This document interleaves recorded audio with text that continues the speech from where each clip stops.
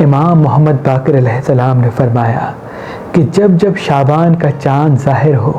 تو شعبان کا چاند ڈھونڈا کرو اور اس کو دیکھ کے خوش ہوا کرو، کیونکہ جو انسان شعبان کے چاند کو دیکھ کے خوش ہوتا ہے تو اللہ اس کے وجود پہ نور برساتا ہے۔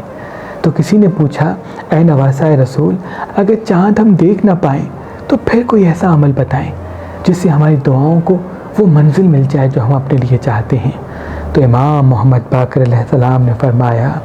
اے شخص، جب بھی شعبان کا چاند دیکھو یا شعبان کی خبر سنو تو 3 مرتبہ سورہ فاتحہ پڑھ کر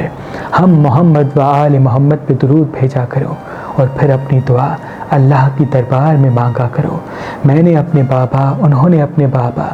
انہوں نے اپنے بابا اور انہوں نے اللہ کے رسول سے سنا کہ جو انسان شعبان کا چاند دیکھ کے سورہ فاتحہ کو 3 مرتبہ پڑھ کے اپنی دعا مانگتا ہے تو فرشتے اس کی دعا اپنے کندھوں پہ اٹھا کے آسمان کو جاتے ہیں اور اللہ سے فوراً قبول کروا دیتے ہیں۔